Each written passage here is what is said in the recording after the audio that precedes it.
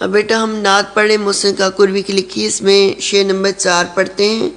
ہے تمنا کے رہے نعت سے تیرے خالی، نہ میرا شعر نہ قطع نہ قصیدہ نہ غزل۔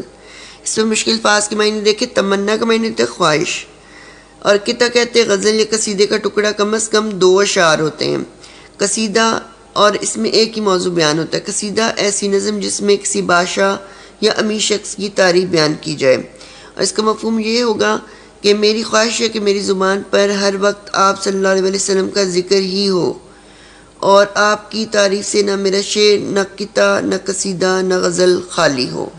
اس شعر میں آپ صلی اللہ علیہ وسلم سے اپنی بے پناہ عقیدت اور اپنی والہانہ محبت کا ذکر کرتے ہوئے شاعر اس خواہش کا اظہار کرتے ہیں کہ اے نبی صلی اللہ علیہ وسلم، میری خواہش ہے کہ میری زبان سے نکلنے والے ہر لفظ کا محور و مرکز، اور میرے قلم سے تراشے جانے والے ہر شعر کا موضوع اور مرکز آپ کی تعریف کے سوا کچھ نہ ہو۔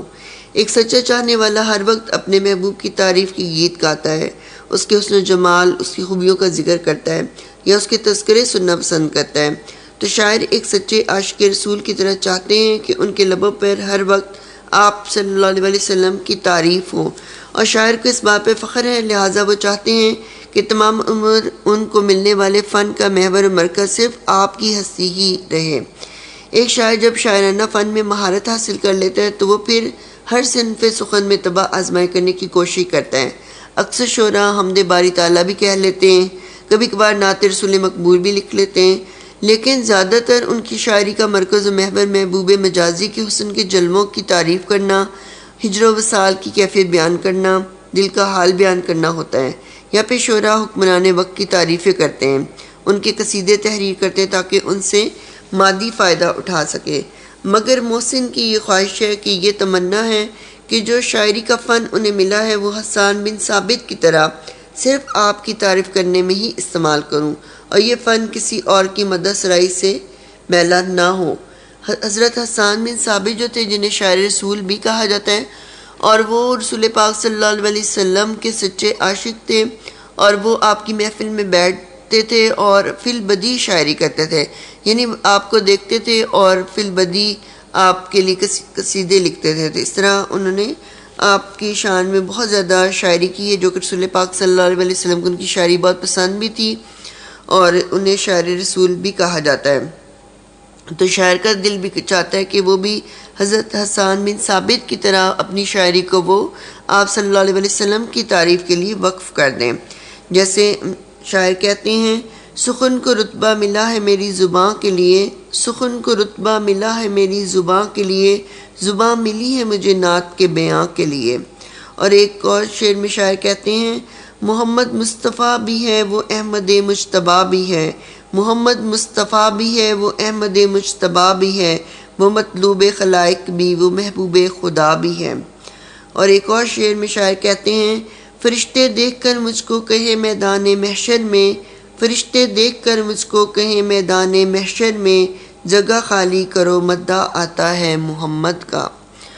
اور ایک اور شعر ہے کہ نہ میری نعت کی محتاج ذات ہے تیری، نہ میری نعت کی محتاج ذات ہے تیری، نہ تیری مداح ہے ممکن میرے خیالوں سے۔ اور ایک اور شعر ہے، میں لکھوں تو تیری ثنا لکھوں، نہ میں اور اس کے سوا لکھوں، میں لکھوں تو تیری ثنا لکھوں، نہ میں اس کے سوا لکھوں، تیری یاد دل میں بسی رہے، تیری رحمتوں کا نزول ہو۔ تو شاعر کہتے ہیں کہ جب بھی میرے جذبے شاعری کا روپ دھاریں تو کوئی بھی صنف سخن تراشی جائے، اس میں آپ کا نام نامی، اس میں گرامی ہونا چاہیے۔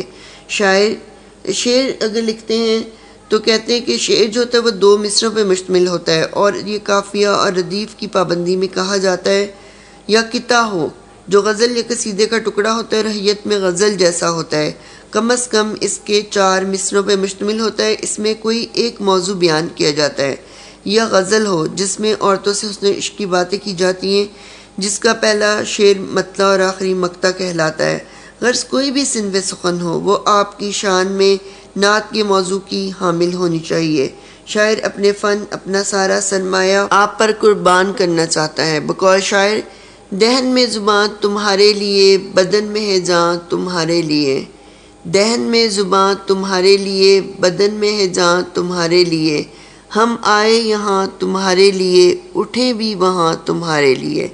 شاعر آپ سے اپنی بے پناہ محبت کا ثبوت دیتے ہوئے یہ خواہش کرتے ہیں کہ میرے پاس جو شاعری کرنے کا فن ہے وہ میں آپ کے نام کرتا ہوں۔ میرے قلم سے کوئی ایسا شعر نہ تراشا جائے جس میں آپ کے علاوہ کسی اور کی تعریف ہو یا کسی اور کا نام ہو۔ میری زبان سے ادا ہونے والا کوئی لفظ اور کلام بھی ایسا نہ ہو کہ جس میں آپ کی تعریف موجود نہ ہو۔ رسول پاک صلی اللہ علیہ وسلم سے سچی محبت کا تقاضا بھی یہی ہے کہ میں صرف آپ کی نعت لکھوں اور آپ کی شان مبارک میں قصیدے لکھوں۔